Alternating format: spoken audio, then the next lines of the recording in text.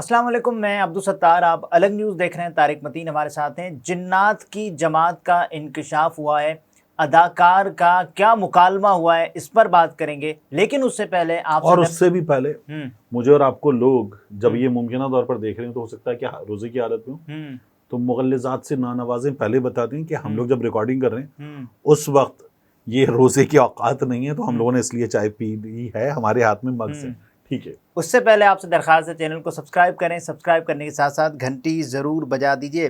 آغا شیراز صاحب ایک اداکار ہیں اور وہ آئے رمضان نشریات میں، رابعہ انم صاحبہ ان دنوں خاصی وائرل چل رہی ہیں، اور ان کی نشریات میں انہوں نے کچھ انکشافات کیے ہیں، یعنی کہ وہ 2019 میں نماز پڑھ رہے تو کووڈ کے دنوں میں آغا شیراز نے 2019 میں پیش آنے والے ایک واقعے کا تذکرہ کیا، اور یہ میں خبر وی نیوز سے پڑھ رہا ہوں، جب وہ کراچی کے علاقے سی ویو کی ایک مسجد میں عصر کی نماز پڑھ رہے تھے۔ انہوں نے کہا کہ جب میں عصر کی نماز پڑھ کر مسجد کے صحن میں آیا تب تک سب لوگ جا چکے تھے، پھر میں وہیں دعا مانگنے لگا تو اس وقت کسی نے میرے کندھے پر تھپکی دی، میں نے برابر میں دیکھا تو ایک شخص مجھ سے کہہ رہا تھا کہ تو جو مانگ رہا ہے وہ تجھے ملے گا نہیں۔ آغا شیراز نے کہا کہ پھر اس شخص نے مجھ سے کہا کہ تم اس وقت دنیا داری کے لیے مسجد میں آئے ہو، اللہ کی محبت میں نہیں، جب تم اللہ کے لیے آؤ گے جو مانگو گے وہ دے گا اور مانگنے سے پہلے دے گا۔ انہوں نے کہا کہ اس شخص نے ان سے کہا کہ دوبارہ وضو کر کے نماز پڑھو اور پھر وہ دعا مانگو جس کی تمہیں ضرورت ہے، وہ قبول ہوگی، اور پھر دوبارہ مڑ کر مت دیکھنا۔ انہوں نے کہا کہ اس وقت میں واقعی ایک دوبارہ مڑ کر مت دیکھنا، جی جو بندہ آ کے کہہ رہا تھا کہ جو مانگو گے وہ ملے گا، اور دوبارہ وضو کرو، نماز پڑھو، دعا مانگو دل سے جو مانگنی ہے، لیکن مڑ کے مت دیکھنا۔ جی اچھا، اور اس کے بعد انہوں نے کہا کہ اس وقت میں واقعی ایک خاص دعا مانگ رہا تھا جو میرے لیے بے حد ضروری تھی، کیونکہ اس وقت کورونا کی وبا تھی، اس وجہ سے کام بند اور مالی مشکلات تھیں۔ انہوں نے کہا کہ تاہم میں نے اس شخص سے کہا کہ مجھے دعا مکمل کر لینے دیں۔ انہوں نے مزید کہا کہ پھر انہوں نے صرف درود شریف پڑھ کر برابر میں دیکھا تو وہ شخص غائب تھا، حالانکہ مسجد کا صحن غائب تھا۔ اچھا، یہ اسٹوری جو ہے وہ جہاں لیڈ کر رہی ہے اس کا تھوڑا سا ہنٹ دے دیں پہلے ہم لوگ۔ اس مسجد کے بارے میں یہ اسٹوری میں بھی آگے آئے گا کہ یہاں جنات کی جماعت ہوتی ہے یا جنات یہاں نماز پڑھتے ہیں اس مسجد میں، یہ اسٹوری ہے۔ بالکل۔ اچھا، مجھے یہ بتائیے، ہم آگے بڑھیں اس سے پہلے، کہ کیا کبھی آپ نے غیر انسانی مخلوق، جن یا کوئی اور مخلوق یا کوئی ایسی مخلوق جو کسی بد عمل کا نتیجہ ہو، کیا کبھی اس کو خود ایکسپیرینس آپ نے کیا؟ میں نے لوگوں سے سنا ہے لیکن میں نے خود ایکسپیرینس نہیں کیا۔ اچھا، آپ نے کبھی کیا؟ میں نے کبھی ایکسپیرینس، اگر میں خود اپنی بات کروں تو نہیں کیا۔ ویسے دعا بندہ یہ بھی کرتا ہے کہ اللہ تعالیٰ تمام خیر کے معاملات کرے، اور اگر کوئی بد مخلوق ہے تو اس کا سامنا تو کم از کم نہ ہو، اور کوئی اچھی مخلوق ہے اگر ہو جائے تو پتہ نہیں کیا ہوگا، لیکن انسان ہے نا، مطلب ویسے انسانوں کا سامنا بھی بڑی ہمت کا کام ہے۔ میں نے ایک صاحب سے جن کا خود اپنا معاملہ تھا، یعنی ہم جب ایسے واقعات سن رہے ہیں نا، بچپن سے ہم ایک چیز سن رہے ہیں کہ ہمارے ابو، اور یہ سب بچوں کے ساتھ ہوتا ہے، اور یہ کامن کہانی ہے، ہمارے ابو جب کام سے واپس آ رہے تھے، یا ابو کے ابو جب واپس آ رہے تھے، سائیکل پہ ایک عورت ملی، پھر اس کے پاؤں اتنے بڑے ہو گئے زمین پہ کھسٹنے لگے، پلٹ کے دیکھا اس کے پاؤں مڑے ہوئے تھے، ایک اس طرح کی مخلوق ملی۔ یہ وہ کہانیاں ہیں جو بچپن میں جب بچے اکیلے ہوتے ہیں تو ایک دوسرے کو سناتے ہیں، ڈرتے ہیں، اور یہ ایک طرح کی بہت ہی فضول قسم کی تفریح ہے، یہ اس تفریح کا ذریعہ ہوتا ہے، اس کے علاوہ کچھ نہیں ہوتا۔ یہ کہانیاں سب کے ساتھ ہوئی ہیں، یہ سائیکل والی چڑیل سب کو ملی ہے۔ اسی طرح سے وہ کالے پل کی چڑیل مشہور ہے، کالے پل کی چڑیل مشہور ہے کراچی میں، 26 اسٹریٹ کی ڈائن بھی مشہور ہے۔ 26 اسٹریٹ کی تو اور بھی چیزیں مشہور ہیں، لیکن 26 اسٹریٹ کی ڈائن بھی مشہور ہے، اور بھی اس طرح کی جو چیزیں ہیں نا وہ کراچی میں بھی اور مختلف شہروں میں، مختلف علاقوں میں مشہور ہوتی ہیں، تو وہ سنیے۔ لیکن میں نے ایک واقعہ سنا جن صاحب کے ساتھ، عام طور پہ کیا ہوتا ہے ان کے ساتھ، ہمارے ایک جاننے والے ہیں ان کے ساتھ، اب میں نے جن صاحب کا واقعہ سنا ان کے اپنے ساتھ ہوا، اور انہوں نے خود بتائیں تمام چیزیں۔ ہماری فیملی کا ایک جگہ جانا آنا ہے، ایک بزرگ ہیں ان کے پاس، تو وہاں پہ وہ صاحب آئے ہوئے تھے، بڑے اچھے حکیم ہیں۔ کراچی میں یہ جو سمن آباد کا علاقہ ہے جہاں کا مزیدار حلیم بڑا مشہور ہے، یہ اس علاقے کی بات ہے۔ اچھا، یہ رمضان میں آپ کو ان صاحب سے خود سنا ہے میں نے، اسی طرح سے بتا رہا ہوں۔ تو انہوں نے بتایا کہ ان کے والد بڑے اچھے حکیم تھے، اور پھر وہاں پر اچھا میں اس فلو میں شروع کر کے میں سنا بھی رہا ہوں کیونکہ میں نے خود ان سے سنا ہوا ہے اور انہوں نے مجھے کبھی کہا نہیں کہ کسی کو بتائی گا نہیں. اچھا. وغیرہ ہو سکتا ہے کہ مجھے رکنا چاہیے تھا کہ میں پرمیشن لوں وغیرہ, لیکن انہوں نے مجھے ایک سے زائد لوگوں کی موجودگی میں بتایا. تو ان کے والد اب باقاعدہ حیات نہیں ہیں, اللہ تعالیٰ غریق رحمت فرمائے. تو ہوا یہ کہ انہوں نے بتایا کہ ان کے مطب میں ایک مین روڈ پر چلتی ہوئی سڑک پر ان کے مطب میں ان کے والد حکیم تھے, وہ خود بھی حکیم ہیں.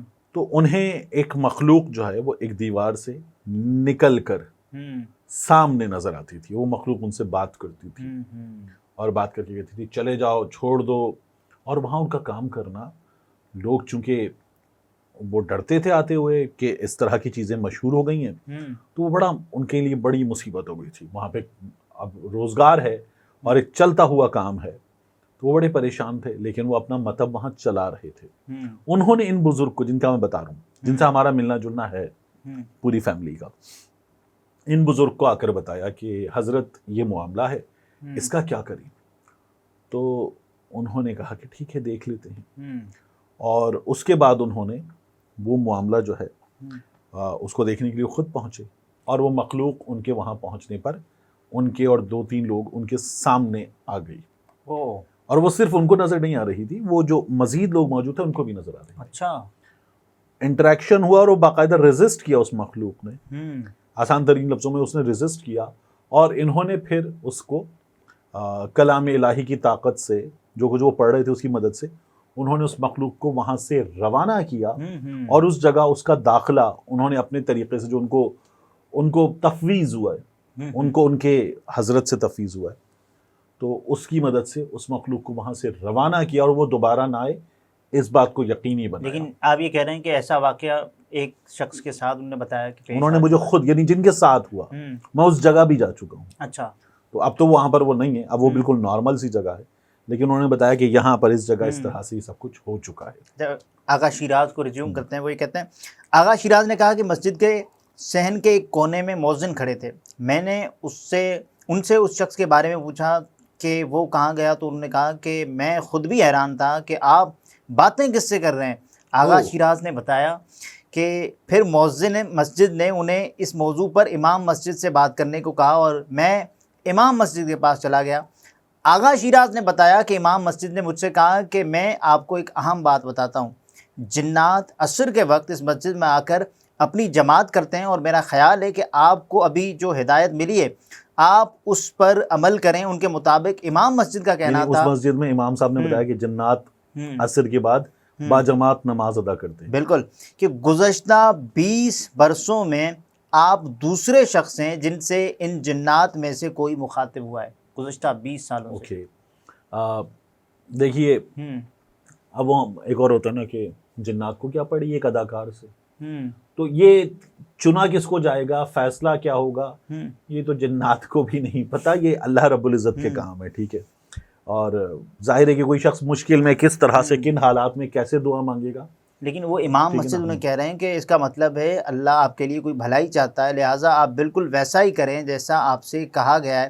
آغا شیراز نے کہا کہ پھر انہوں نے دوبارہ وضو کیا اور اللہ سے کہا کہ یا اللہ میرا مسجد میں آنے کا مقصد اگر پورا ہو جاتا ہے تو پھر میں توبہ کر لوں گا اور اپنی پچھلی زندگی والی بری عادات ترک کر دوں گا. پھر انہوں نے نماز دہرائی اور پھر دعا کے لیے ہاتھ ابھی اٹھائے ہی تھے کہ ان کے فون کی گھنٹی بج گئی. اچھا. اور اس کے بعد وہ فون اسی شخص کا تھا جس پر ان کے 15 لاکھ روپے ادھار تھے, اور وہ مسلسل غائب تھا.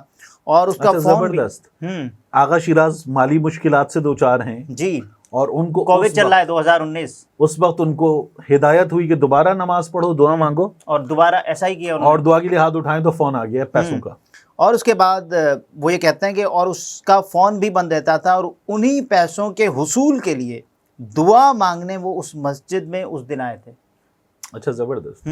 آغا شیراز نے اس شخص کا نام لے کر کہا کہ میں نے اس کی کال اٹینڈ کی تو اس نے کہا کہ آپ کہاں ہیں, اور اس کے بعد میں نے کہا فلاں مسجد میں ہوں. اس نے کہا 15 منٹ رکے میں آ رہا ہوں. پھر مقررہ وقت میں آ گیا اور مجھ سے معذرت کی کہ وہ مشکلات میں تھا, ملک سے باہر تھا, اس لیے فون بھی بند تھا.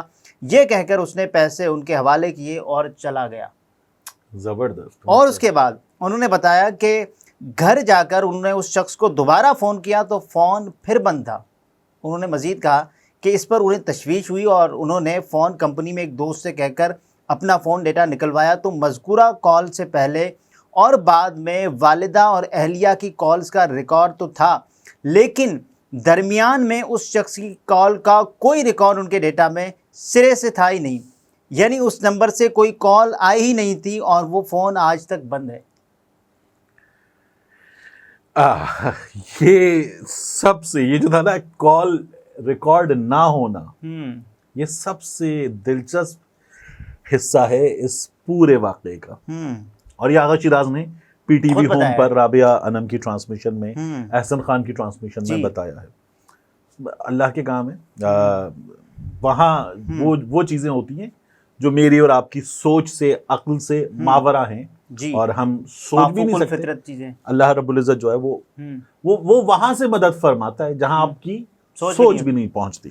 ایک بات، دوسرا، قرآن میں جگہ جگہ جو جن ہیں ان کا تو تذکرہ موجود ہے، بالکل ہے، اور ایک سے زائد جگہوں پر ہے، مختلف صورتوں میں ہے۔ تو بس پھر وہی دعا کہ اللہ رب العزت آخر میں جو آغا شیراز صاحب نے کہا ہے کہ اس دن کے بعد سے میں نے پھر اپنی کوتاہیاں کبھی نہیں دہرائیں، الغرض توبہ کر لی۔ ان کے مطابق اس کے بعد سے ان کی زندگی بدل گئی اور اللہ سے ایک روحانی رابطہ بھی استوار ہو گیا۔ اللہ تعالیٰ قائم رکھے، ہم سب کا بھی رابطہ کرے، الہی آمین، اور اس کنیکشن کو جوڑے۔ لیکن آخری جو چیز تھی، میں نے چونکہ ہم ڈسکس کر رہے تھے کہ اب یہ سٹوری کرنے جانے، یہ ہم نے ریکارڈنگ سے پہلے بھی نہیں کی تھی، جی آخر میں بڑا انٹرسٹنگ سرپرائز ہونا مزہ ہے، یہ بڑا انٹرسٹنگ رہا۔ ناظرین، یہ طارق متین تھے، گفتگو آپ نے ملاحظہ فرمائی، اجازت دیجیے، اللہ حافظ۔